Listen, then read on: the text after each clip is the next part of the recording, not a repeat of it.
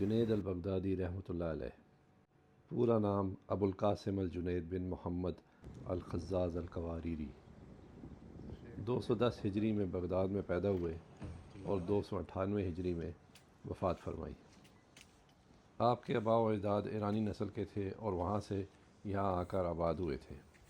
بچپن میں ہی والد کا انتقال ہو گیا اور پھر اپنے ماموں جان سری السکتی کی پرورش میں آ گئے۔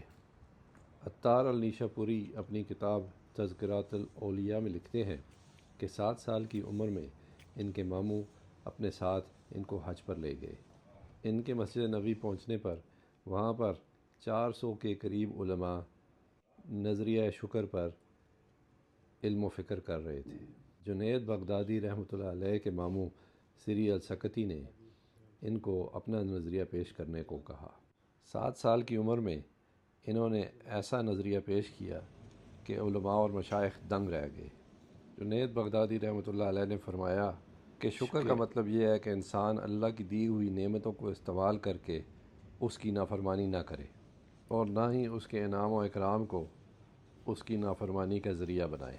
جنید بغدادی رحمۃ اللہ علیہ 40 سال تک عبادت اور معرفت الہی کی کاوشوں میں لگے رہے۔ پھر انہیں ایک دن رسول اللہ صلی اللہ علیہ وآلہ وسلم کی خواب میں زیارت نصیب ہوئی اور آپ صلی اللہ علیہ وآلہ وسلم کے حکم پر انہوں نے دین کی تعلیم اور ارشاد شروع کی۔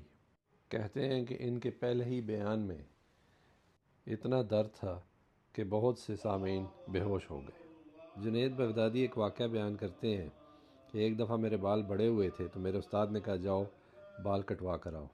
میرے پاس پیسے نہیں تھے تو میں حجام کے پاس چلا گیا اور اسے کہا کیا اللہ کے لیے میرے بال کاٹ دو گے؟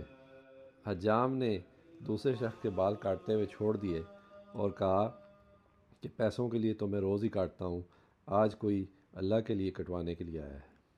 پھر وہ میرے بال کاٹتا جائے اور روتا جائے۔ میں نے دل میں سوچا کبھی میرے پاس پیسے ہوئے تو میں اس کو ضرور دوں گا۔